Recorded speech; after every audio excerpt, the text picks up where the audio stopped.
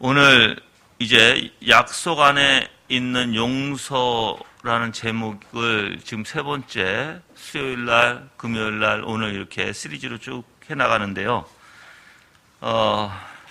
이제 성찬주일에는 오늘 성찬이 있기 때문에 이렇게 시리즈로 제가 쭉 연결해서 사실 지금 성찬 준비하고 또한 그 준비 가운데 이제 어떻게 우리가 그리스도를 바라봐야 될지, 그래서 어떤 믿음을 가지고 마음을 가지고 생각을 가지고 성찬에 참여해야 될지 여러분들에게 사실 알려드리는 귀한 시간이 되기를 기도합니다. 앞에 이제 우리가 이제 배웠던 또는 여러분이 들었던 내용을 잠깐 설명하면 이거예요. 우리가 성경을 읽을 때 성경은 창세기서부터 사실 전적으로 하나님이 어떠신 분인가를 묘사하고 있어요. 여러분이 성경을 읽으면서 저는 여러분이 어떻게 성경을 읽는지는 모르겠지만 정말 여러분이 올바로 묵상하려면, 그리고 실질적으로 그 하나님의 역사하심이 무엇인지 더욱더 알려면 그냥 성경을 읽어나가는 게 아니에요. 배후에 계시는 하나님의 역사가 그 섭리 가운데, 그 역사 가운데죠. 그 섭리, 그러니까 역사 안에, 우리의 삶 가운데 그 역사 안에 하나님께서 어떻게 섭리하시는지를 보고 그 안에서 하나님이 어떤 분이신지를 발견하셔야 돼요. 만약에 여러분이 그렇지 않고, 그래서 우리가 성경을 해석할 때 이렇게 해석하게 이렇게 돼 있잖아요. 맨 처음에 여러분들이 그 배경, 즉 성경의 배경을 아셔야 되고, 두 번째는 문법을 아셔야 되고, 문법이라는 건 단어까지예요. 세 번째는 교리를 아셔야 된다, 이렇게 해요. 그게 성경을 보는 방법이에요. 그런데 우리가 여러분이 훈련을 이렇게 생각해 보세요. 많은 분들이 목사님, 그거는 목사님들이나 하는 것이 우리가 하는 것이 아닙니다라고 얘기하면 여러분 그 오산이 착각이에요, 여러분들. 왜 그러냐면 여러분들이 다 하셔야 돼요. 모든 그리스도인은, 교회에 와서 하나님 알고자 하는 사람들은 성경을 볼 때 배경적, 문법적, 그리고 교리적으로 봐야 되는 거예요. 그게 기본이에요, 여러분들. 왜 그렇게 봐야 될까요? 하나님을 정말 올바로 보기를 원해서고, 또한 그 실질적인 하나님을 정말 우리가 발견하기 위해서예요. 제가 여러분들 지금 사실 오늘날에 지금 다니엘서 여러분들이 묵상하고 있잖아요, 우리 교회에서. 그렇죠? 다니엘서를 보면 지금 이제 느부갓네살이 죽고 이제 벨사살이 나왔어요. 또 벨사살도 하나님께서 그냥 치십니다. 근데 이미 보시면 여러분들이 성경에서 이미 벨사살에게 하나님께서 다 보여주셨어요. 누굴 통해서? 느부갓네살 아버지를 통해서 하나님이 어떤 분이신가를 다 보여줬어요. 그렇지만 이 벨사살은 어때요? 자기 멋대로 했어요. 그래서 하나님께서 재어보니까 어때요? 그럼 부족하다고 얘기하시는 거예요. 그래서 잔치 때 손가락이 나와서 어떻게 글을 쓰죠. 그게 바로 재어보고 또 재어보니 너가 부족하다는 뜻이에요. 그래서 그날 저녁에 그대로 바로 죽지요. 그가 메대와 페르시아가 이제 올라오게 돼서 치기 시작해요. 그래서 나중에 이제 메대가 이제 또 페르시아에게 무너지고 페르시아가 이제 점령하게 돼요. 제국을 이루게 돼요. 자, 제국을 이루면서 제가 누누이 얘기했어요, 여러분들. 제국을 이루면서 분명히 하나님께서 바벨론에 그냥 끌려가게 놔두셨어요. 그렇죠? 분명히 맨 처음에 경고하셨고, 맨 처음에는. 그 다음에 그들이 돌아오지 않자 하나님께서 그래 바벨론 통해서 내가 너희를 끌고 가겠다 했어요. 그럼 70년 동안 너희가 어떻게 해라? 가만히 거기서 있어라 그랬어요. 바벨론 정책은 어떤 정책이에요? 다 끌고 가는 정책이에요. 아주 똑똑한 사람들 다 끌고 갔어요. 근데 페르시아가 가만히 보니까 바벨론이, 즉 자기네가 전쟁을 이뤄야 되는데 조공을 바쳐야 되잖아요. 그렇죠? 전쟁에 나오는 그 쌀과 또는 이제 먹을 것과 무기와 또는 많은 식량과 이제 돈을 갖다가 바쳐야 되는데, 나라가 성장을 못하니까 다 지식인들을 다 데려가 버리니까 나라가 어떻게 돼요? 정말 간간히 살아가는 거예요. 근데 거기서 어떻게 조공을 바쳐? 그 페르시아는 그 반대 정치를 피게 돼요. 반대 정치가 뭐예요? 다 지식인들이 이제 풀기 시작해요. 다 이제 가라. 그래서 다시 바벨론에서 어떻게 돼요? 다시 이제 이스라엘 나라로 유다로 와서 이제 그 성을 세우기 시작한 게 이제 우리가 잘 아는 느헤미야 또는 에스라 그 내용들이 다 그 내용이에요. 자, 그러면 여러분들 이제 그 배후에 보시면 누가 역사하고 계세요?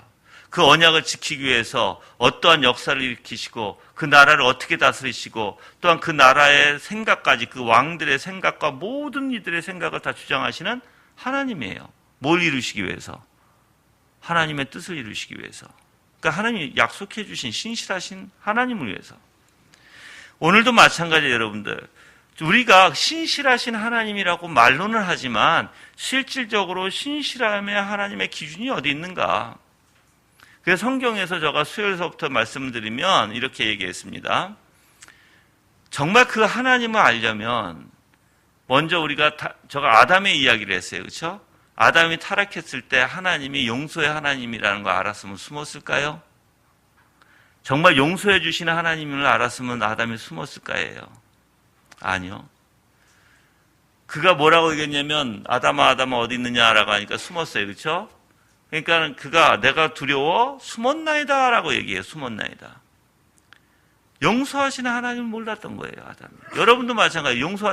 여러분이 아무리 하나님을 내가 압니다. 하나님 주여 해도 여러분이 용서하시는 하나님 알지 못하면 죄가 있으면 어떻게 해야 돼요? 진짜로 여러분이 용서하시는 하나님을 알면 이럴 거예요.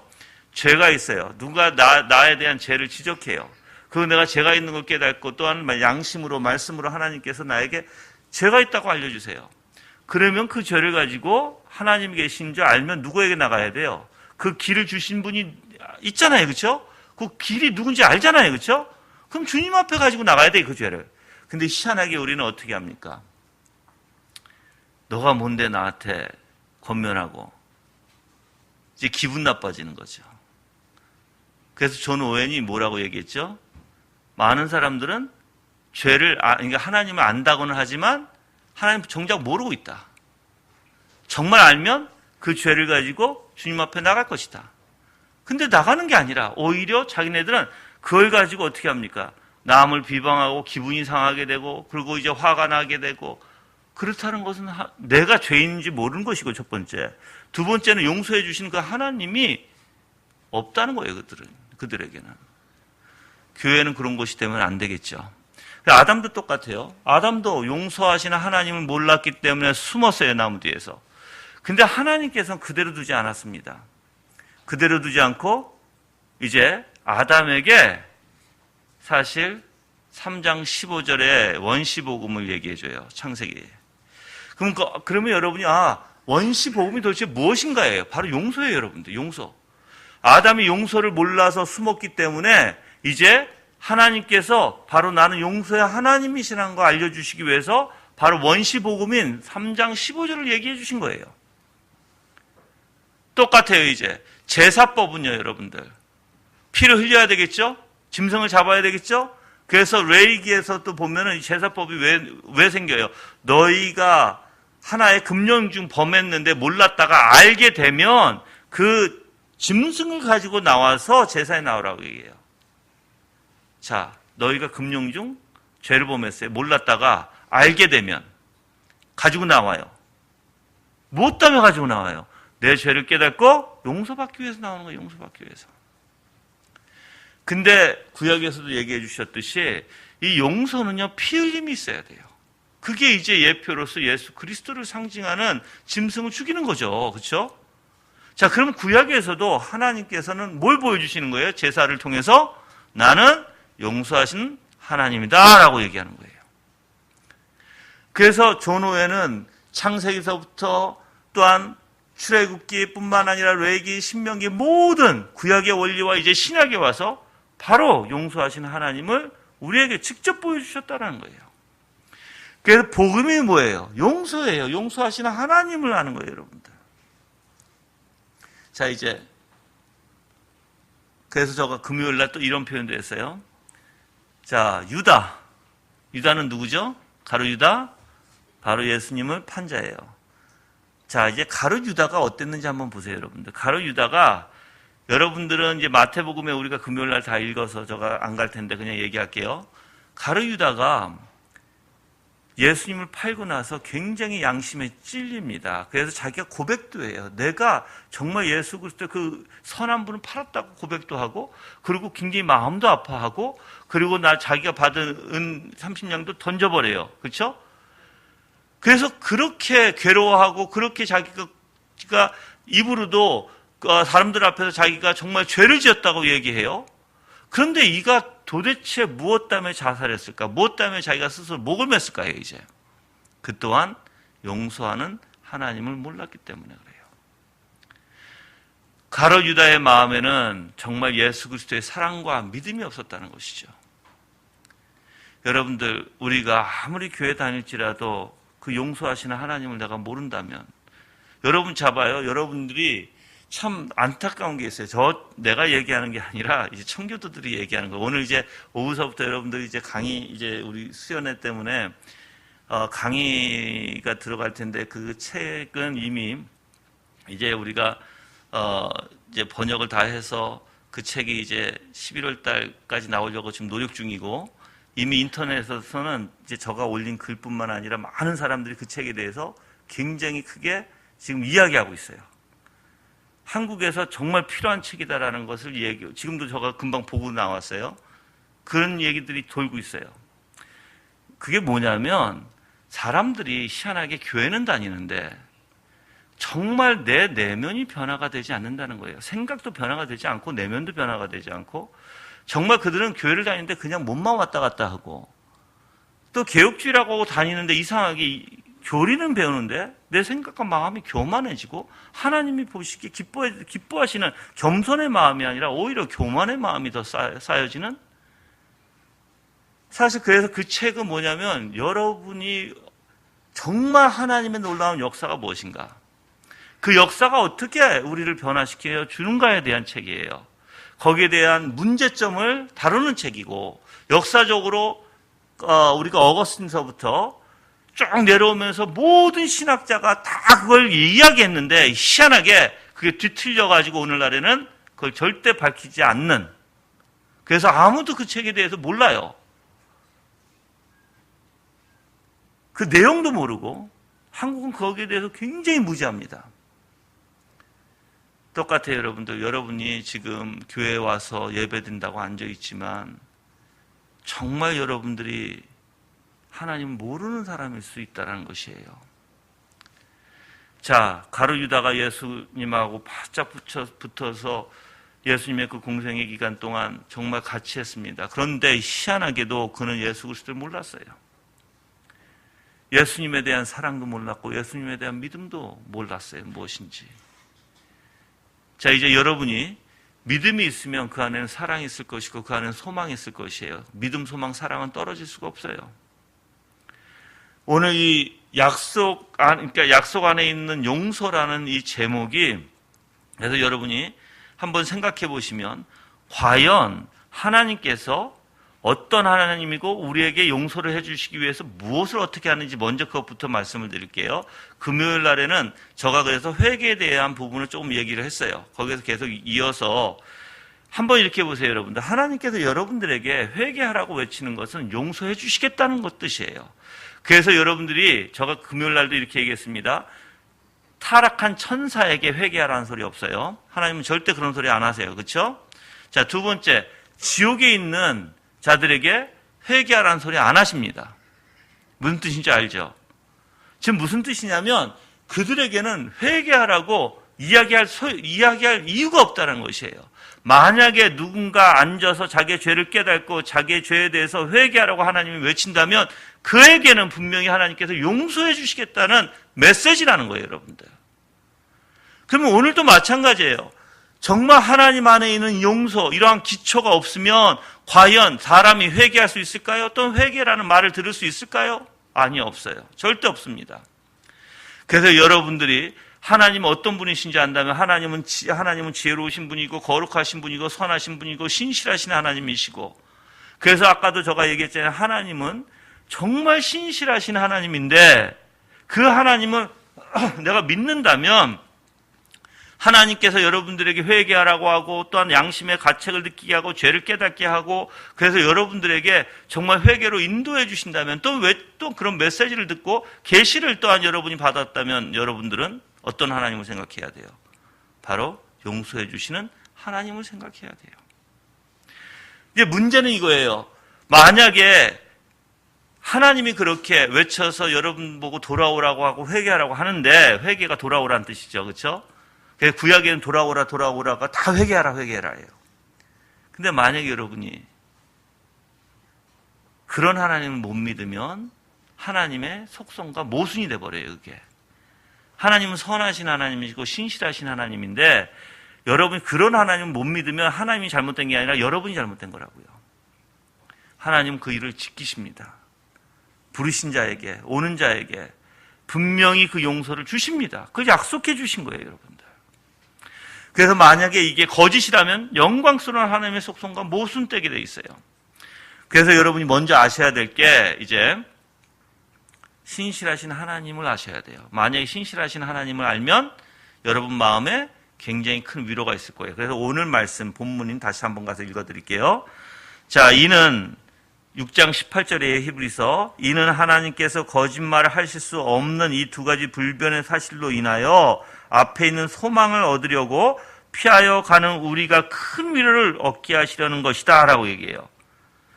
자, 그럼 여러분들 하나님 거짓말할 수 있어요? 없어요. 자, 우리가 불변의 사실이죠? 그래서 소망을 얻으려고 우리가 피하여 가는 우리가 큰 위로를 얻게 했다는 거예요. 뭐 때문에? 하나님의 신실하심 속성 때문에. 뿐만 아니라 디도서 1장 2절에는 이렇게 얘기합니다. 그것은 거짓말할 수 없는 하나님의 약속이신 것이다 라고 얘기해요. 거짓말할 수 없어요, 하나님은. 근데 이제 한번 이렇게 보세요. 이 성경 자체 전체가 여러분이 복음 그러면 예수 그리스도시잖아요. 그래서 여러분이 올바로 나는 예수님이 어떤 분이신지 올바로 알았으면 좋겠다고요, 여러분들이. 여러분들을 용서해 주시기 위해서 그 성자 하나님이 이 땅에 오셨고, 여러분이 정말 용서받고 하나님과의 관계 속에서 여러분이 온전히 그 예수 그리스도의 형상으로 더 닮아서 하나님과 온전한 연합 가운데 있기 하기 위해서 예수님께서 이 땅에 오셔서 우리의 모든 죄를 짊어지셨고, 뿐만 아니라 예수님께서는 모든 율법 아래 오셔서 모든 율법을 지키신 하나님이세요, 여러분들. 누구를 위해서? 우리를 위해서. 그래서 그러한 대속과 또는 의의 전가를 우리에게 주시는 거예요. 만약에 여러분이 그러한 사건을 못 믿는다면, 지금 다 모인 이유가 뭐예요? 주님 때문에 모였잖아요. 그렇죠? 여러분이 교회 나온 이유가 뭐예요? 주님 때문에 나왔잖아요. 그런데 그 주님이 어떤 분이시라는 거예요? 그 주님이 어떤 분이시라는 거예요? 그 주님은 십자가에서 육신으로 오셔서 십자가에서 그 고난과 피를 흘리신 이유가 바로 여러분들을 용서해 주시기 위함이에요.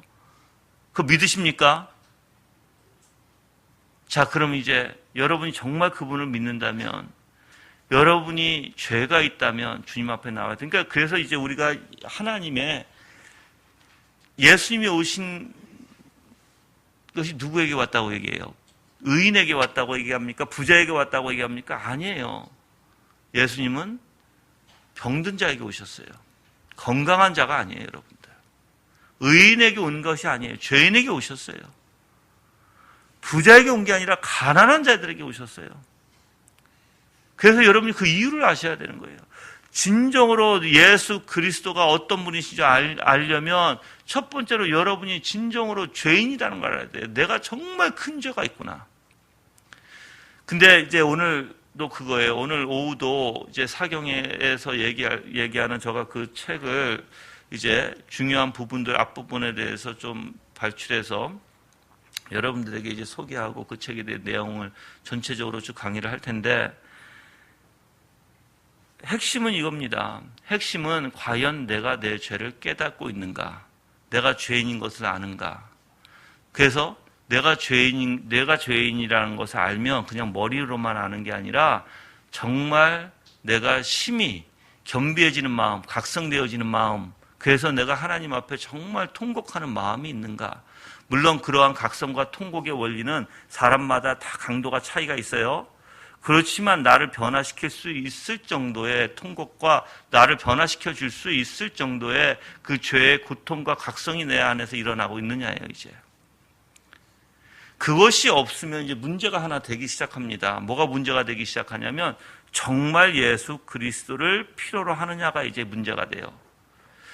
때로는 여러분들이 필요하다고 하지만 그렇지만 희한하게 우리는 어떻게 돼요? 내가 필요할 때만 필요한 사람들이 있죠. 그렇죠?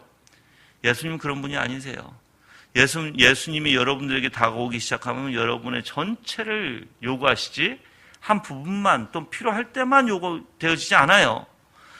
한번 여러분들이 예수 그리스도를 필요하다고 느끼게 되면 여러분 전 인생, 여러분의 모든 전 인격까지 하나님께서 다 통치하시고 다스려 주시고 이끄시는 원리예요.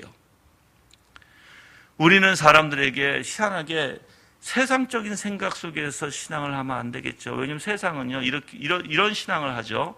좋을 때 좋아요. 교회 안에서도. 좋을 때는 서로가 너무 잘해줘요. 정말 뭐 간까지 다 빼줄 정도로 해요. 그러다가 기분이 딱 나빠지기 시작하고 저 사람이 나에 대해서 이미 무슨 뭐 잘못된 시각을 가지고 이야기하기 시작하든지 아니면 흉을 보기 시작하든지 아니면 무슨 뭐 잘못된 나하고 무슨 문제가 있기 시작하면 어때요, 우리는? 딱 선입감이 생기죠. 선입감 속에서 어떻게 합니까? 판단이 일어나게 돼요. 그 판단의 죄가 얼마나 큰지 여러분들 내가 누누이 얘기를 했죠. 그렇게 하면서 어떻게 합니까? 우리는 이미 마음에서 그 사람을 딱 거부하기 시작해요. 자, 그렇게 거부되어지고 그 사람이 좀 찝찝하고 우리는 말은 그래요. 그 사람은 그렇게 미워하지는 않는다고 해요. 근데 뭔가가 찝찝하게 그 사람을 거부하는 게 있어요. 근데 내색은 안 하려고 해요. 하나님 다 알고 계세요, 여러분들. 그것도 죄예요. 근데 이제 희한하게 하나님께서 그걸 건들기 시작하신다는 거예요, 여러분들. 건들기 시작하면 이상하게 내가 죄가 안 됐던, 자꾸만 나는 내 핑계만 됐던 내가 이상하게 생각이 바뀌어지게 되고 마음이 바뀌어지기 시작해요. 괴로워지기 시작해요. 이게 정말 하나님 앞에 큰 죄구나라는 걸 알게 돼요. 저는 여러분들이 죄라는 것을 하나님께 대한 죄라는 거 꼭 아셨으면 좋겠어요. 이거 모르면 큰일 납니다, 여러분들. 많은 분들이 교회는 다니지만 내가 죄를 졌어요 하는데 과연 누구한테 죄를 졌는지 몰라요, 여러분들. 정말이에요, 이거.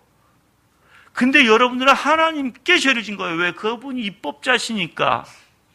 입법자가 뭐예요? 법을 만드신 분이라는 거예요.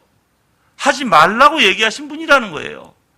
근데 우리는 그 입법자이신 그 하나님에게 대적하고 그 하나님의 말씀조차도 우리는 내 마음에 두지도 않고 내 멋대로 했다라는 거예요. 그럼 기본적으로 여러분들, 사실 저는 이 법정, 인간 앞에 서는 법정도 어떻게 합니까? 미국이나 한국이나 다 이제 그 판사를 우리가 저지라고 얘기하지 않아요. 요하널 이렇게 얘기해요. 요하널이라는 존경하는 게 뜻이에요. 존경하는. 그래서 한국에서도 존경하는 재판장님이 이렇게 얘기하죠. 나는 뭐가 존경스러운지 모르겠어, 나는. 인간들에게는. 하물며 그러한 하나님이 세우신 그 재판장도 인간의 삶 속에서, 인간의 그 사회 안에서 존경한다는 표현을 사용해서 그 사람에게 존칭을 쓰는데, 위대하신 재판장이신 정말 우주 만물을 창조하시고 우주 만물을 다스리신 그 하나님 앞에서 여러분들은 어떻게 하시려고요? 그 죄라는 것은 여러분이 하나님께 죄를 진 거예요. 자, 이제 하나님께 죄를 지었을 때 이제 나타나는 현상이 있어요. 자, 누구한테 용서를 빌어야 돼요, 그러면? 하나님께 용서를 빌어야 돼요. 여러분이 많이 잘못하고 있는 부분이 있어요. 많은 사람들은 그래, 내가 하나님하고 해결하면 되겠지. 하나님, 난 죄인입니다. 나를 용서해 주세요. 그래요, 여러분들. 그런데 저도 그랬던 것 같아요. 저가 복음주의에, 저도 어렸을 때서부터 교회를 다녔기 때문에 알아요. 저가 하나님 앞에 하나님 내가 죄를 지었어요. 용서해 주세요 하는데 희한하게 내가 정말 하나님 앞에 죄 졌다라는 인식을 갖지 못하고 말만 하나님 용서해 주세요 그랬어요. 저가 진짜 솔직히 저가 그랬어요. 근데 왜 내가 하나님 앞에 죄를 졌는지를 나는 몰랐어요, 여러분들. 나중에 신학하다 보니까 알게 됐어요. 아, 내가 그럼 말했던 게 그냥 하나님 용서해 주세요라고 했던 이러한 말이나 이러한 내용들이 정말 생각 없이 그냥 하나님 용서해 주세요 했지만 내가 정말 하나님으로부터 무슨 죄를 졌는지, 내가 하나님께 죄를 졌는지, 그냥 나는 죄를 진 게 나는 다른 사람에게 죄를 짓거나 아니면 내가 내 자신에게 어떠한 잘못된 행동을 했다라고 생각을 했거든요. 근데 그게 아니라는 거예요. 여러분, 용서받아야 할 대상이 있어요. 주체가 있다라는 거예요. 그렇죠? 그게 누구예요? 바로 하나님이에요. 자, 그럼 그 하나님께서 여러분이 죄를 졌어요. 그럼 그 하나님께 용서를 받아야 돼요. 그러면 하나님께 용서받을 수 있는 길은 유일하게 한 길을 만들어주신 거예요, 하나님이 이제. 그래? 그래, 내가 너의 용서를 받아줄게. 근데 너 방법대로 하지 말고 내 방법대로 해. 그게 누구예요? 바로 예수 그리스도예요, 여러분들. 제사도 똑같아요. 예배도 똑같아요. 여러분 멋대로 해야 되는 것은 아니에요. 구약에서부터 제사의 모든 법을 하나님께 만드셨어요. 인간의 멋대로 하지 못하게 만드신 거예요. 지금 오늘날에도 예배도 마찬가지예요. 예배도 신령과 진정으로 예배드려야 된다고 그래요. 그렇죠? 여러분의 멋대로 드려지는 게 아니에요. 성령은 오직 뭐예요? 예수 그리스도에게 여러분들이 인도할 거예요. 성경은 뭐예요? 오직 예수 그리스도의 중심이에요. 그래서 예배는 예수 그리스도의 중심이 되어야 되는데 그럼 예수 그리스도가 뭐냐는 거예요. 뭐 하셨기에? 바로 용서해 주셨기에요, 여러분들. 용서가 없으면 여러분이 찬양을 못합니다, 그분께. 용서가 없으면 그분의 자비와 사랑을 느끼지를 못해요, 여러분들. 그래서 타락한 천사들과 지옥에 있는 사람들은 하나님의 사랑을 느끼지 못하는 것이에요. 우리는 어떻게 보면은 이렇게 하나님은 분명히 거짓말할 수 없는 하나님이고 그분은 신실하신 하나님인데 이상하게 우리는 그게 반대죠. 우리는 다 거짓말쟁이에요. 그래서 거짓말이 뭔지 이제 존 오웬이 써놓은 걸 제가 읽어드릴게요. 잘 들어보세요. 남을 속일 목적으로 사실인 것을 거짓으로 말하는 사람도 거짓말쟁이지만 거짓으로 알고 있는 것을 또한 사실로 인정한 사람도 또한 거짓말쟁이다. 말뿐 아니라 행동에도 거짓말이 있다. 위선자의 모든 삶은 거짓이다. 그러므로 선지자는 우상을 섬기는 자들에 대해 오른손에 거짓이 있다라고 말했다. 그래서 이사야서 44장 20절에 대해서 얘기해요. 자, 이사야 44장 20절은 이렇게 얘기합니다. 그는 죄를 먹고 허탄한 마음에 미혹되어 자기의 영혼을 구원하지 못하며 나의 오른손에 거짓 것이 있지 아니하냐 하지도 못하느니라. 즉 무슨 뜻입니까? 자기 자신이 무엇을 하고 있는지 거짓이 있는지 없는지조차도 망각하고 살아가는 사람들이 바로 우리라는 거예요, 여러분들. 자, 다시 한번 말씀드릴게요. 거짓이 무엇인지. 속일 목적으로 남한테 거짓말하는 것도 거짓이고 또한 거짓으로 알고 있는 것, 즉 사실로 인정하는 사람도 이제 거짓말장인데 말뿐 아니라 행동에도 거짓말이 있어요. 그건 위선자의 모습이 바로 거짓이라는 거예요. 그렇죠? 여러분들 많은 사람들이 이 두 가지에 빠지는 거 알고 있는 것 같아요. 즉 속일 목적으로 거짓하는 거 다 죄인 거 알죠? 그렇죠? 근데 이것도 거짓인지 알고 있으세요? 자, 거짓으로 알고 있는 것을 사실로 인정하는 거. 내가 무슨 잘못된 인포메이션이 있어요. 내 잘못된 생각이 있고 잘못 배움이 있어요. 근데 나는 이상하게 그것을 사실로 인정해버려. 그것도 거짓이라는 거예요, 여러분들. 근데 이거 언제 우리가 이렇게 해요? 자, 봐요, 여러분들. 내 자신을 주장할 때. 내가 어떠한, 부부끼리 이거 많이 일어나는 일이에요. 부부끼리 어떤 논쟁이 있거나 그러면 우기기 시작해요. 근데 마음의 한 구석에는 뭐가 찝찝하고 막 따져나가서 논리적으로 따져나가서 이게 뭐가 잘못된지를 알면서도 이상하게 이젠 그 뒤에서부터 내가 잘못했다는 소리 안 하고 싶어서 어떻게 해요? 막 우기기 시작해요. 이미 자기는 자신은 거짓이라는 거 알아요. 그러니까 잘못된 것을 사실로 인정하는 사람도 그것도 거짓이에요. 또한 위선자, 이제 위선자를 볼게요. 여러분, 바리새인들이 왜 위선자인지 아세요? 그래서 나는 절대 율법주의가 싫다고 그랬어요, 제가. 여러분도 율법주의가 되지 마세요. 그냥 이렇게 하면 돼요. 율법주의가 안 되려면 이렇게 하면 돼요.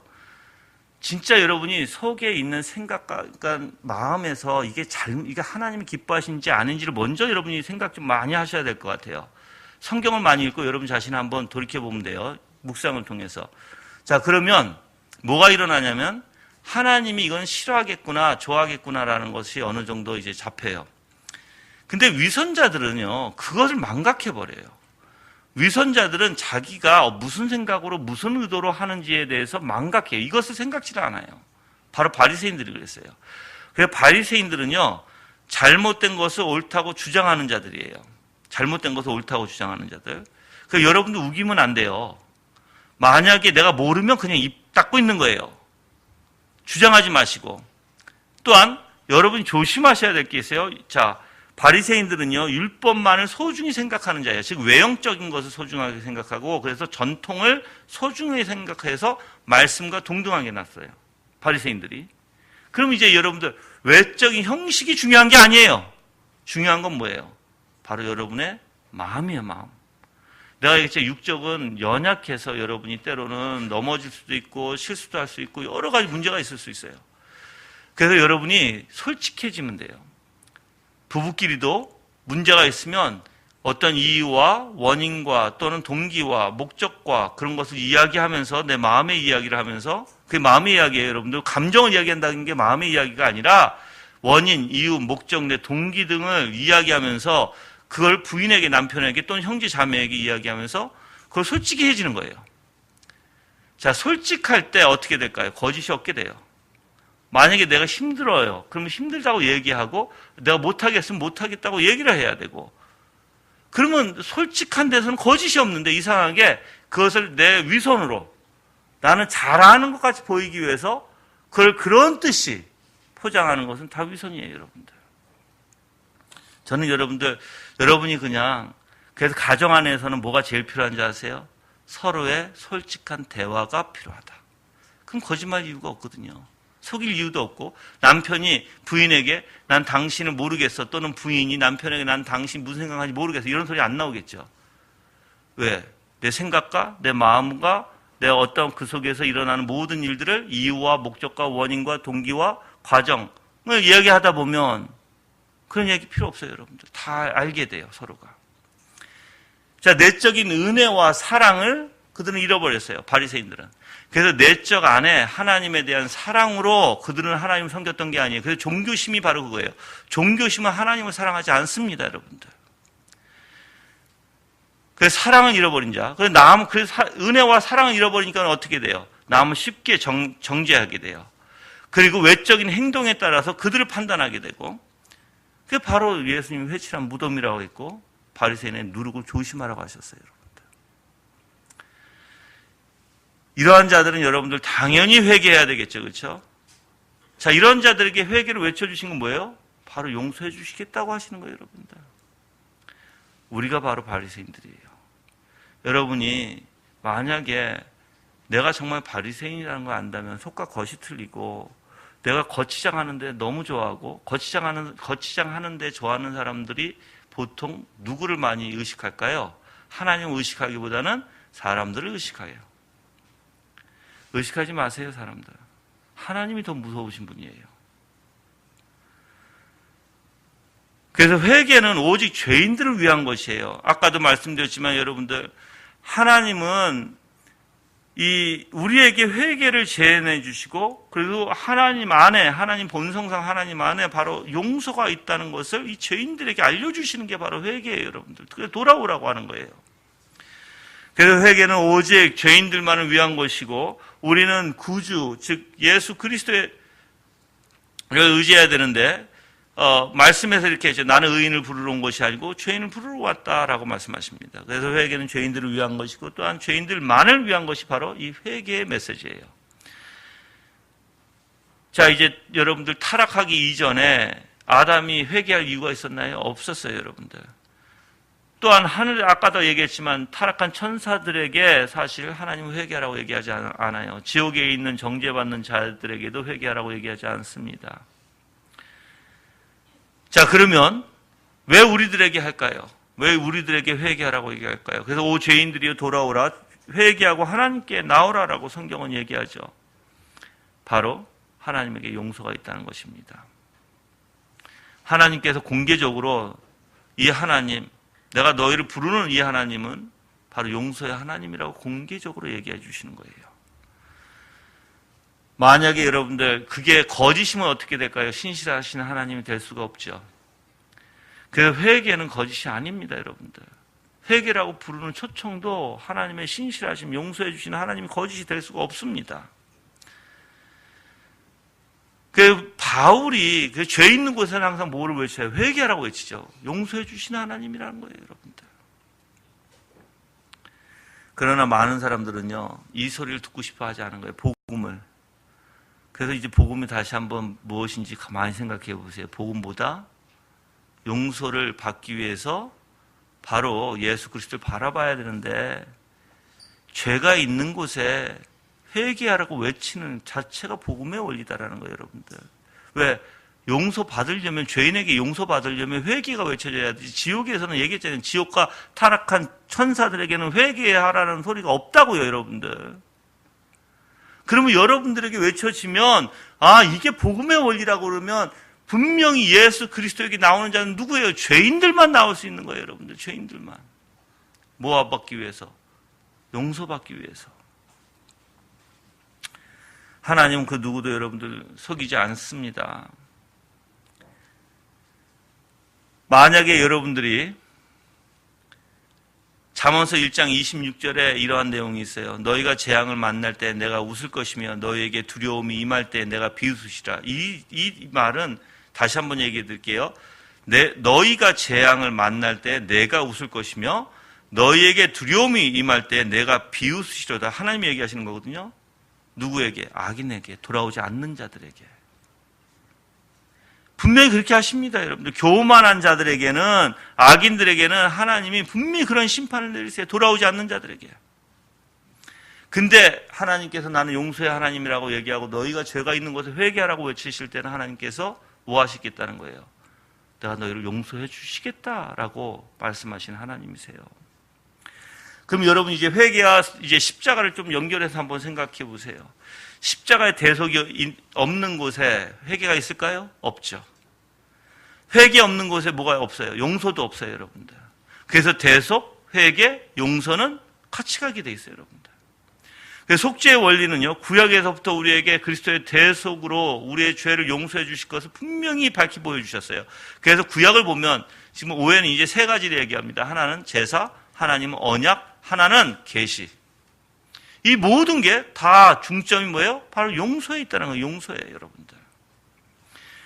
예수 그리스도께서 흘리신 보혈이 바로 우리의 죄를 용서해 주심을 분명한 증거로 나왔고, 예수 그리스도의 몸이 찢겨지심은 하나님의 진노를 대신 받아 우리를 용서해 주시기 위함이고, 만약에 여러분이 정말 용서가 하나님에게 있지 아니한다면 여러분이 어떻게 주님 앞에 나올 수 있어요? 아담과 같이 못 나와요, 여러분들. 그럼 내가 이제 여러분에게 좀 직접적으로 얘기해 볼게요. 좀 단도직접적으로. 진짜 예수 그리스도께서 여러분들을 초청하고 여러분들을 부르시고 여러분들에게 회개하라고 하고 이렇게 또 여러분들을 인도해 주신 이유가 정말 용서해 주시기 위한 그 하나님이심을 믿습니까? 그러면 이제 여러분들 죄가 있으면 주님 앞에 나가세요. 이제 문제는 이거예요. 내가 이번 주에 계속 얘기한 게 많은 사람들이 이렇게 얘기하면 목사님 그럼 뭐가 어떻게 나가는 거예요? 나가는 게 뭐예요? 내가 우리 가난한 심령이 있어야 나가는 거 아닙니까? 근데 내가 아직까지 가난한 심령이 아닌데. 네. 그런데 그건 한 부분에 맞는 거예요. 한 부분은 근데 생각지 못하는 게 있어요. 가난한 심령이 되기 위해서 여러분은 열심히 그래서 어떻게 해야 된다? 기경해야 된다. 그게 여러분의 책임이다라는 거예요. 그렇다고 가만히 앉아 있을 수 없어요. 그래서 첫 번째 어떻게 해야 된다? 기도해야 된다. 죄가 있을 때 주님 앞에 나가세요. 그 죄를 가지고 주님 나는 이렇게 죄를 진 자고 내 생각과 내 마음이 부패해서 하나님께 죄를 지어서 하나님으로부터 내가 용서받기를 원합니다. 이런 죄를 내가 정말 주님의 은혜 가운데 내 힘으로가 아니라 우리가 여지껏 배웠잖아요. 내 능력으로가 아니라 내가 어떻게 함으로써가 아니라 바로 주님의 십자가 보혈로서 나를 용서해 주시옵소서. 죄는 용서받아야 되는데 이 용서받아야 이 죄가 끊기는데 그건 주님이 하실 일이지 내가 할 일이 아닙니다. 나는 주님이 말씀하신 대로 내 죄를 주님 앞에 갖고 나옵니다. 그 기도가 먼저예요. 기도가. 그런 기도 속에서 계속해서 여러분들이 주님을 찾고 더욱더 주님을 알아가려고 하고 내가 얼마나 형편없는 죄인인가를 더욱더 깨닫게 되는 것이고 그럴 때 하나님께서 역사해 주시는 거예요. 그래서 여러분이 기도를 할 때도 올바로 기도하시고요. 여러분이 주님이 나를 용서해 주시는 하나님을 모르면 절대 나갈 수가 없어요, 주님 앞에. 그래서 이제 두 번째 여러분이 신뢰하는 하나님을 아셔야 돼요. 첫 번째는 뭐예요? 회개를 왜 하라고 하셨는지. 또한 두 번째는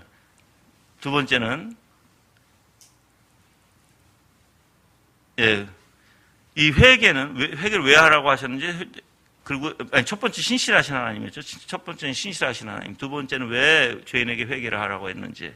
그리고 지금 세 번째는 바로 신뢰할 하나님의 용서에 대해서 알아야 돼. 신뢰해야 할 하나님의 용서. 자, 회개하라는 요구를 받은 사람들은요, 하나님께 용서가 있는지 없는지에 대해서 의문을 품을 이유가 없다라는 거예요. 회개를 요구받은 사람들은요. 그래서 죄로 말미암아 고통받고 있는 영혼의 유일한 안식처인 복음적인 위로는요, 용서 하나님, 즉 하나님의 은혜로우신 마음과 선하신 뜻과 예수 그리스도의 보혈로 말미암아 이루어진 화목과 은혜 언약의 강령에 따른 값없이 받은 용서와 관련되어 있다, 이렇게 표현해요. 다시 한번 말씀드리면, 즉 죄로 말미암아 고통받고 있는, 자, 전제가 있죠. 죄로 말미암아 고통받고 있는 영혼의 유일한 안식처인 복음의 위로는 하고 나와요. 그럼 전제가 뭐라고요? 죄로 말미암아 고통받고 있는 영혼의 유일한 안식처인 복음. 그럼 죄로 고통받아야 돼요, 여러분들. 자, 그러면 그런 사람에게는 용서의 하나님이신 아버지의 은혜로운 마음, 선하신 뜻, 예수 그리스도의 보혈로 이루어진 화목, 은혜 언약의 강령에 따른 값없이 받은 용서와 관련되어 있다는 거예요, 여러분들. 그 위로는. 그러면 하나님은 죄인들에게, 그렇게 죄인에게 무거운 짐을 지고 정말 고통스럽게 그 죄를 알아가는 사람들에게 뭐라고요? 바로 그 죄에서부터 다 내리고 나를 향하라는 거예요.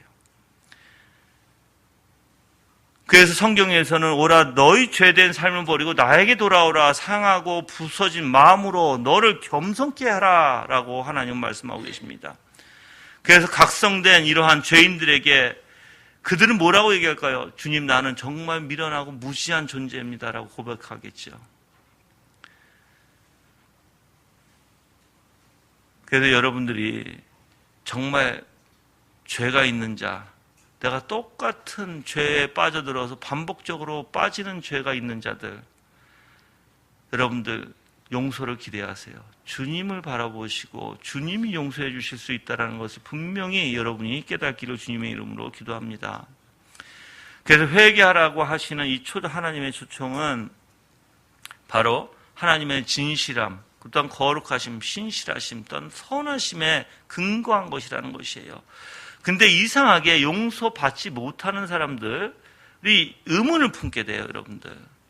자, 의문을 품는 이유는 두 가지가 있어요. 잘못된 것을 배워서 내가 잘못된 사고를 가졌기 때문에 의문을 품는 경우와 진짜 용서를 받지 못한 자들이 의문을 품는 경우가 있어요. 근데 여러분들 의문을 품게 되고 용서함에 대한 하나님의 진실성, 그리고 거룩함, 신실하심에 대해서 내가 의문을 품게 되면 이제 문제가 하나 생기죠. 절대로 주님 앞에 나가지를 못해요. 항상 그들이 어떤 말을 하냐면 정말 주님이 나를 용서해 주실 수 있을까라고 의문을 가져요, 이제. 근데 예수 그리스도의 십자가를 보면 그 의문이 사라져야 되는데도 희한하게 그들은 사라지지가 않아요, 오히려. 왜 예수 그리스도의 십자가를 보면 그 의문이 사라져야 돼요? 사랑하시는 아들, 여러분들이 예수님을 공부하면 이 세상에 어떤 것도 값을 매길 수 없는 분이 바로 예수님이에요. 왜 우리에게 값없이 그 은혜를 주셨어요? 우리는 절대로 그분을 살 수가 없어요. 이 지구상 모든 인간이 죽어나가도 예수님을 우리는 얻을 수가 없어요. 그래서 하나님께서 너무너무 값진 진주기 때문에 우리에게 값없이 주시는 거예요. 값이 없어서 그냥 주시는 게 아니라. 자, 그렇다면 정말 예수 그리스도를 내가 십자가의 은혜를 바라보면 내 의문 품었던 게 어떻게 돼야 돼요? 그렇게 값진 하나님을 나에게 주셨다고? 그래서 내가 목요일날 우리 청년들 묵상 가르치는 게 있거든요. 좀 묵상하면서 저는 좀 실질적인 걸 많이 가르쳐요. 제가 그 부분을 그대로 내가 여러분들한테 얘기할 테니까 꼭 이거 명심하고 훈련하셔야 돼요. 경건의 훈련에 속해요. 보통 내가 이렇게 얘기합니다. 정말 하나님 용서하시는 하나님이야? 하고 물어봐요. 그러면 청년들이 네, 그래요.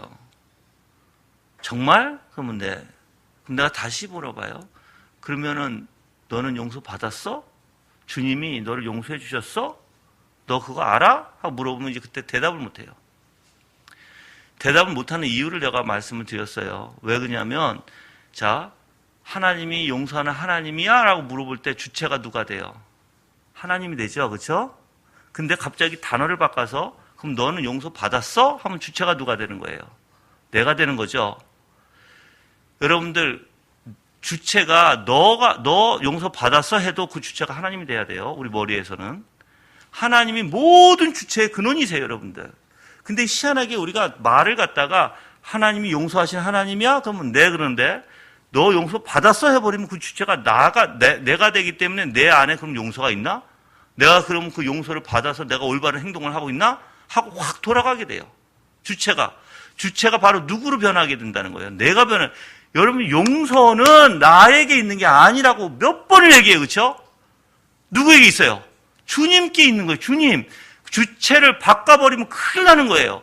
만약에 여러분이 나한테 하나님이 용서하시는 하나님이세요? 나한테 물어보면 네. 근데 여러분이 나한테 목사님 그러면 목사님은 하나님으로부터 용서 받았다고 목사님은 용서 받았어요? 하고 물어보면 나는 네 그래요. 왜? 머릿속에서는 나를 용서해 주시는 하나님이 그 하나님이 항상 주체가 되니까. 내가 아니니까. 내가 뭘 한다고 해서 나는 용서받는 게 아니에요. 근데 사람들은 희한하게 내가 대화를 하다 보면 거기에 자, 주체 자체로 하나님으로 물어보면 다 네네네네 하는데 희한하게 그게 주어가 갑자기 나로 변해서 그럼 그래? 하고 물어보면 거긴 대답을 못해. 뭐 때문에 그럴까요? 그 하나님과 나와 연결을 못 시키는 거예요, 지금. 신앙은요, 연결시키는 게 아니에요. 올바로 아셔야 돼요. 신앙이라는 건 연결을 간신시키고 막 그렇게 하는 게 아니라 신앙은 주체가 하나님이라는 걸 깨닫고 그걸 확신을 가질 때 연결되는 거예요. 그러면 그 하나님이 나의 용서해 주시는 하나님이라는 걸 내가 확신하느냐고 물어보면 돼요, 이제. 얼마나 확신하는가. 많은 사람들은 내 용서의 하나님이라고 얘기하지만 그걸 이제 들어가서 정말 얼마나 확신하냐고 물어보면 거기서 많이 흔들리기 시작해요. 그래서 답을 알아요. 아, 이분이 왜 대답을 못하는지. 여러분들 주체 절대 흔들지 마세요. 그게 신앙이 아니에요. 오늘날의 잘못된 신앙은요, 그 주체를 가지고 항상 누구로 가요? 너? 이렇게 돼요. 그래서 뭐라고 물어봐요, 사람들이? 보통 이제 잘못된 가르침을 가르치는 사람들은 뭐라고 물어봐요? 너가 성경 읽었어? 너가 기도했어? 너가 뭐 했어? 이제 이렇게 되면 이상하게 돌아가요, 여러분들. 왜 그러냐면 그 주체가 다 내가 돼버리게 되고 내가 하나님을 인정하고 하나님을 확신하는 것보다 오히려 그렇게 끌고 가야 되는데 오히려 이상하게 사람들에게 다 너가 주체가 되게 만들어버려요. 그게 너무 잘못된 거예요. 그 사고부터 고치셔야 돼요, 여러분들. 그래서 여러분들 항상 내가 여러분들에게 훈련하라고 얘기했죠. 여러분 외모에 자신 있으십니까? 자, 여러분 외모에 자신 있으세요? 나한테 물어보시면 나는 있습니다. 잘생겨서가 아니에요. 하나님이 나를 만드셨기 때문에 나는 하나님에게 자신 있어요. 하나님이 만드시고 하나님이 정말 여러분들 하나님 완벽하신 분이고 충만하신 분이고 하나님이 얼마나 잘 만들었겠어요. 근데 거기다가 왜 인간 손을 갖다가 대게 만들어요? 왜? 그렇게 하나님이 잘 만드셨는데 왜? 그래서 여러분들 교만은 뭐라고요? 만족하지 못하는 데 있다. 이제 훈련을 하셔야 돼요. 경건의 훈련 뭐라고요? 항상 하나님이 주체가 되는. 내가 주체가 아니라 하나님이 주체가 되는. 우리는 말로만 하나님이 하셨어요. 그거 말고요. 저는 그런 얘기하는 거 아니에요.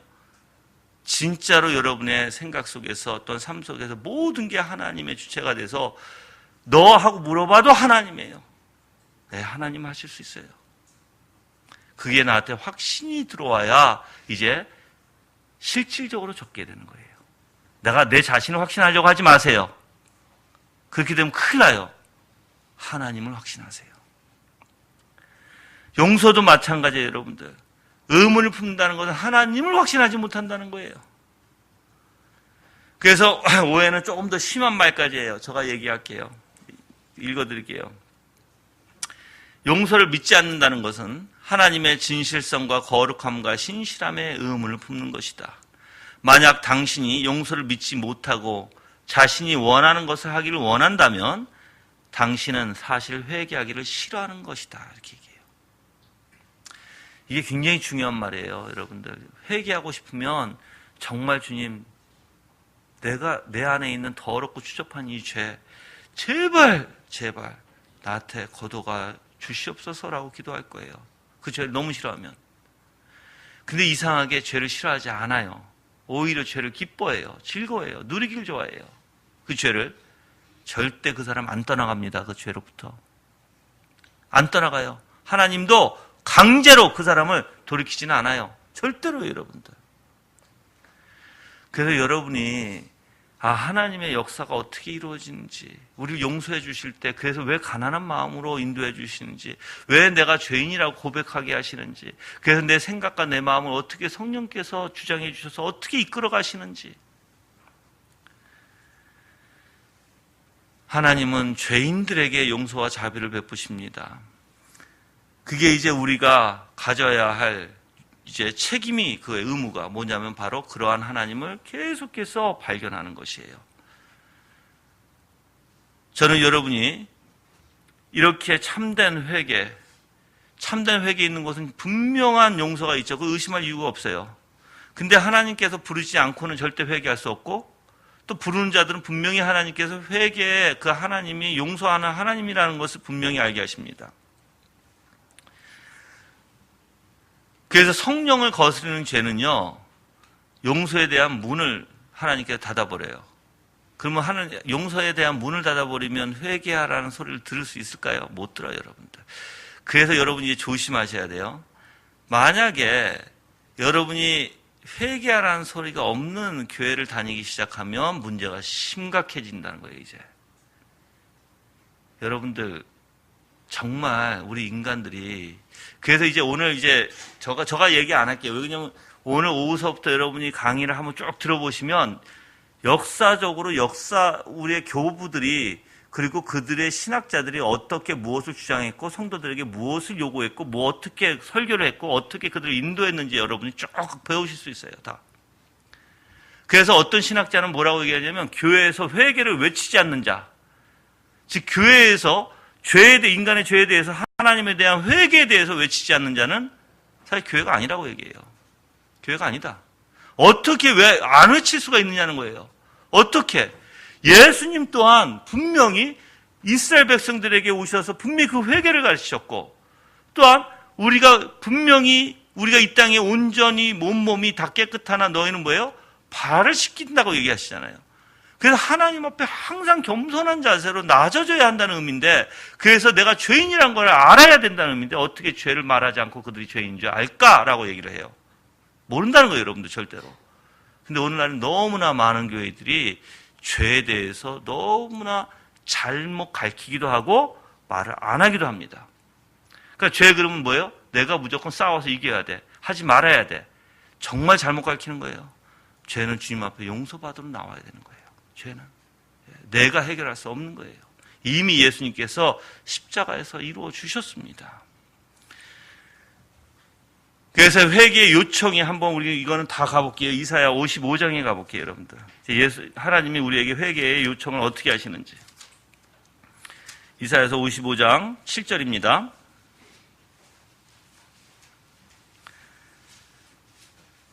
악인은 그 길을, 불의한 자는 그 생각을 버리고 여호와께 돌아오라. 자, 그 악인은 그 길을, 무슨 뜻이에요? 너가 행하든 너가 살아오는 그 모든 삶의 길을 돌아서라는 거예요. 그렇죠? 불의한 자는 그 생각지도 말라는 거예요. 생각을 돌이키라는 거예요.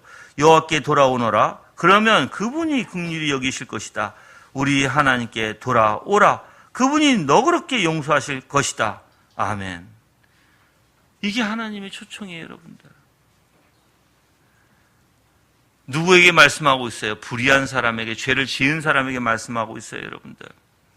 그러면 하나님이 이들을 향해서 무엇을 요청하고 계시나요? 명확하게 지금 우리의 의무를 감당하라는 거예요. 그게 뭐예요? 우리의 의무를 감당하라? 곧 회개하라, 돌이키라는 것입니다. 그게 우리의 의무라는 것이에요, 여러분들. 그래서 이런 방탕한 죄인들에게 이런 초청을 하는 근거는 당연히 하나님의 풍성하신 선하심에 있어요. 그 용서하심에 있어요. 여러분들 로마서 5장 20절에 죄인 중에 개수에게 넘치는 뭐예요? 은혜가 더 크다라고 얘기해요, 여러분들. 그래서 하나님께서 우리에게 계시해 주시는 거예요, 말씀으로. 말씀은 뭐예요? 나타내 주신다? 하나님 어떤 분이신지, 뭐예요? 어떤 분? 바로 하나님은 용서의 하나님이시다.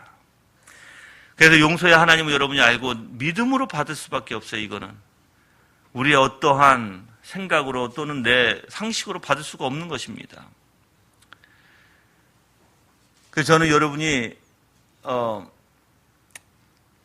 이제 핵심적인 것으로 이제 좀 들어가서 장애물이 있어요. 용서 앞에 나오지 못하는 장애물이 있는데 빨리 제가 얘기하면 한 6가지가 있어요. 저거 빨리 얘기해 드릴게요. 하나는 실제로 믿지 않는 자들. 나올 수가 없어요. 두 번째, 나태와 게으름 때문에. 나태와 게으름은 뭐예요? 하나님을 알아가는 거 아니에요. 너무 게을러요. 나태와 게으름 되게 되면 여러분들 우리가 하는 예수님께서도 경고하셨죠. 뭐 어떤 경우 깨어있으라, 그렇죠? 그래서 등불을 든 여인들에 대한 얘기를 하시죠.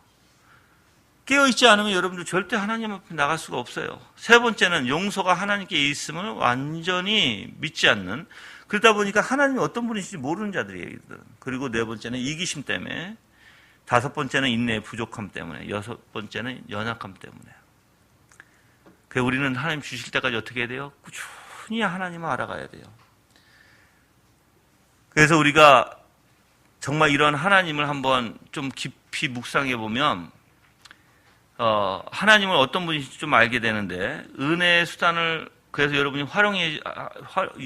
활용해서 게으름의 죄에 대해서 빠지지 마셔야 되는데, 한번 이렇게 볼게요. 저는요, 내가 게을러지잖아요. 그럼 뭘 생각하냐면 정말 십자가에서 신음하시는 예수 그리스도에 대해서 묵상을 해봐요.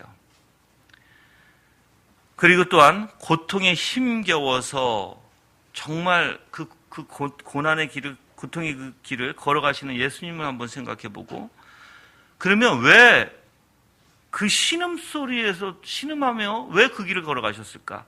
그렇게 고통에 힘겨우시면서도 왜 그 길을 걸어가셨을까? 그걸 생각하면 바로 우리를 용서해 주시기 위해서예요. 그래서 이 고난의 십자가의 길을 완성하시기를 예수님은 너무 기뻐하셨고요. 그래서 십자가 위에서 다 이루었다라고 말씀하셨고, 근데 어떻게 내가 게을러질 수 있을까? 어떻게 그분을 그렇게 묵상하는데? 오히려 내가 창피하고 미안하죠, 여러분들. 예수님 앞에. 그래서 저는 여러분이 이제 경건의 훈련에 대해서 잠깐 말씀을 드리면, 첫 번째, 다음과 같은 이제 원리들을 여러분이 한번 열심히 해보세요. 먼저 하나님의 존재와 본질적 속성에 대해서 깊이 묵상하세요. 내 영혼에 심겨지게끔. 그런데 이거를 할 때 우리 교인들도 너무나 잘못하고 있는 부분이 있어요. 이걸 할 때. 그냥 하나님의 본질과 속성이라고 하니까 그냥 이론적으로 그냥 배워서 하나님 이루시고 이렇게 얘기했는데 그게 아니에요. 그런 원래 의미, 물론 그것도 아셔야 돼요. 근데 거기서 끝나면 여러분들 묵상이 안 돼요. 이제 묵상으로 실질적으로 묵상으로 들어가는 것은 바로 그 안에 속한 증거들이에요. 하나님께서 이 본질의 속성, 만약 거룩을 나타내면 거룩에 대한 그 증거들을 얘기해야 되는 거예요. 증거가 뭐예요? 어떻게 거룩하셨는가? 그 바탕이 무엇이었는가?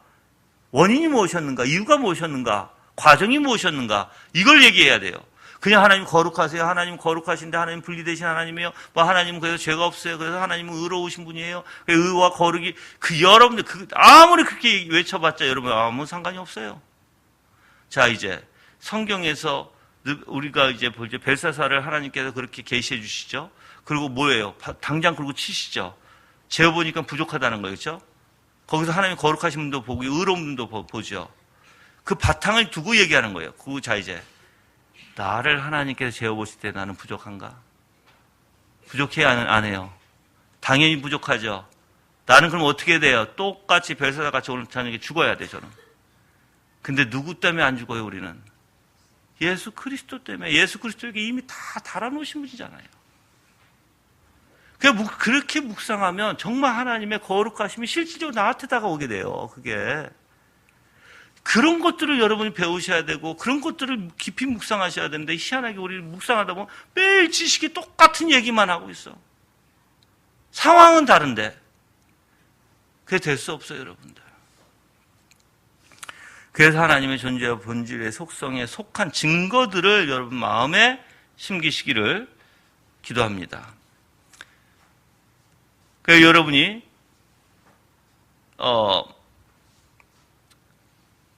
하나님께서 우리에게 이렇게 계시해 주시는 이유가 무엇일까?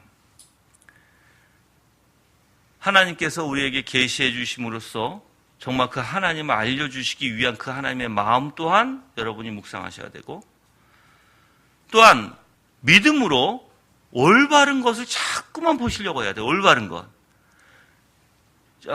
그래서 저는 여러분들이 사실 우리는 항상 인본주의, 신본주의 이렇게 나누죠. 근데 이상하게 우리가 말하고 생각하는 건 다 인본주의에 속하면서도 말은 신본주의라고 얘기할 때가 너무나 많아요, 우리는.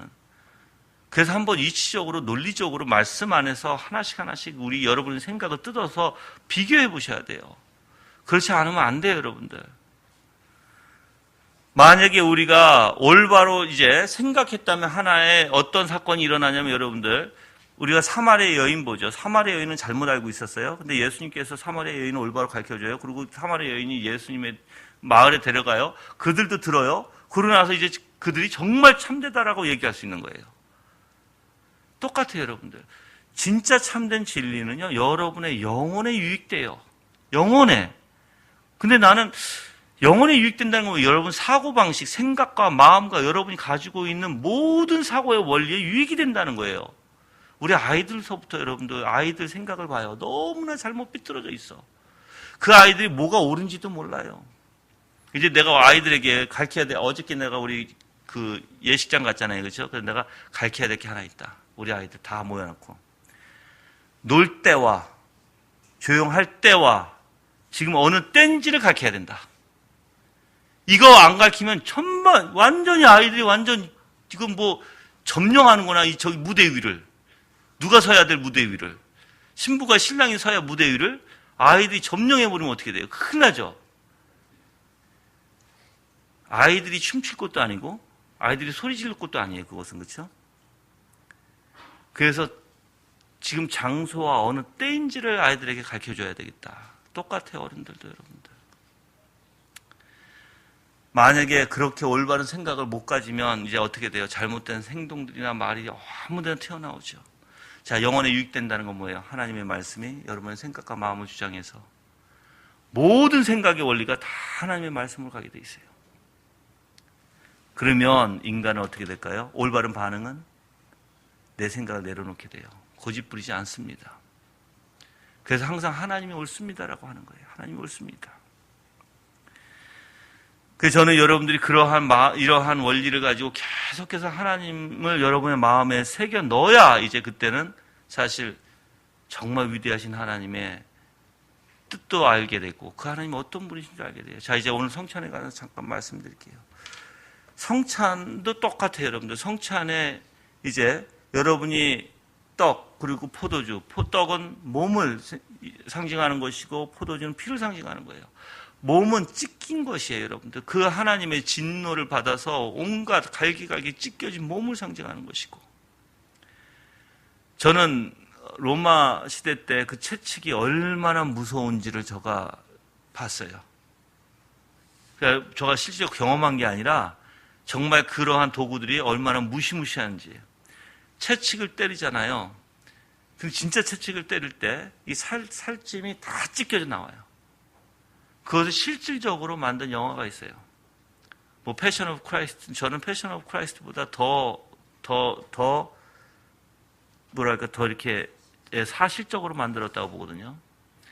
근데 정말 그 채찍을 40대 맞으면 사람이 죽어요. 살지를 못해요. 근데 예수님께서 그런 채찍을 맞으시고 온갖 등이 다 찢겨지시고 그리고 그 몸을 가지고 이제 갈보리 산 위에 올라가신다? 거기다 온갖 수모를 다 당하시고, 저는 사람이 어떻게 그럴 수 있을까 싶은 생각이에요. 저건 내가 볼 때는 아무리 건장한 사람도 저렇게 밤새 이슬을 맞고, 또한 온도 차이가 있고, 또한 온몸이 다 찢겨진 상태에서 그렇게 여러분들 다 떨어지잖아요. 그렇죠? 온도가 내 몸의 체온이 그런 상태에서 끌고 나와가지고 이제 새벽에 아침에 가는 그 길, 왜 그러셨을까? 저는 이제 그런 것들을 묵상하면서 왜 예수님은 저렇게까지 고난을 받으실까? 하나님의 진노가 얼마나 무서운지 우리가 상상을 못하는, 그럼에도 그 길을 걸어가셨다는 게 그 길을. 모세 여러분들 원래 십자가는요, 피를 말려 죽이는 형벌이에요. 그래서 어떤 사람들은 3, 4일까지 위에 있으면서 그 말라 죽는 그 형벌이 십자가의 형벌이에요. 근데 예수님께 그 다음날 뭐예요? 바로 안식이기 때문에 이제 다리를 부러뜨려야 하는데 부러뜨리지 않고 창을 찔러서 이제 죽은 걸 확인하죠. 이미 죽으셨지만 창을 찔리기 전에. 그렇게까지 예수님께서 고난과 고통 속에서 왜 이 일을 감당하셔야 될까? 그거 생각하면 참 죄송해요, 제가. 왜냐는 거예요, 왜? 아까도 얘기했죠. 주체가 저의 머리는 계속해서 왜 하나님께서 하셨을까? 그 하나님이 하신 거거든요. 누구에게? 내 죄를 용서해 주시기 위해서. 왜? 그래서 계속 주체가 그 하나님에서부터 떠나가면 안 돼요, 여러분들. 근데 내 자신을 보면 정말 흉측해요. 왜 흉측할까요? 생각도 올바르지 못해요. 때로는 감정에 휩싸여요. 때로는 올바른 생각과 올바른 선택도 못하고, 때로는 내 죄에 저도 넘어질 때가 많아요. 내가 하나님 앞에 해드린 게 뭐가 있는가 보면은 오히려 하나님이 나에게 해주셨지. 내가 하나님 앞에 해드린 게 없어요, 여러분들. 근데 나 같은 인간을 모르셨을까? 하나님이? 이미 하나님께서는 나에 대해서 다 알고 계셨던 하나님이시고, 이미 내가 죄인 되었을 때라고 얘기하잖아요, 성경에선. 그럼에도 불구하고 십자가에 달려 죽으신 그 예수님의 은혜가 얼마나 감사한지. 그래서 저는 의문점이 항상 나는 거예요. 내가 뭘 잘했기에. 지금도 은혜를 받지만 내가 무엇을 하나님 앞에 해드릴 수 있기에. 아무것도 없어요, 여러분들. 저는. 그래서 저가 하나님이 주시는 날까지 저한테 주신 그 사명을 온전히 이루어갈 그 외에는 없다는 거예요. 그 사명도 내 힘으로 하는 게 아니라 하나님이 힘 주시는 것이고, 지혜도 내 것이 아니에요. 하나님으로부터 오는 것이고.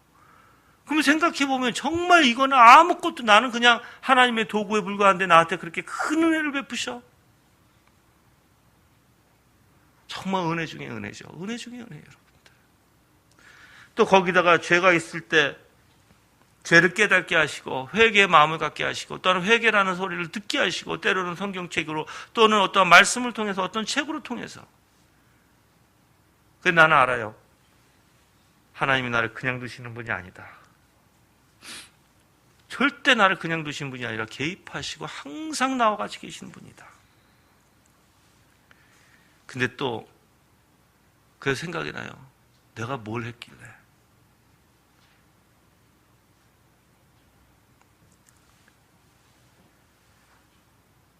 그래서 성경에서 나는 무익한 종이다라고 얘기하는 말씀, 가슴을 치면서 정말 나는 죄인이라고 하는 그러한 이야기들, 이런 이야기들이 거짓이 아니구나.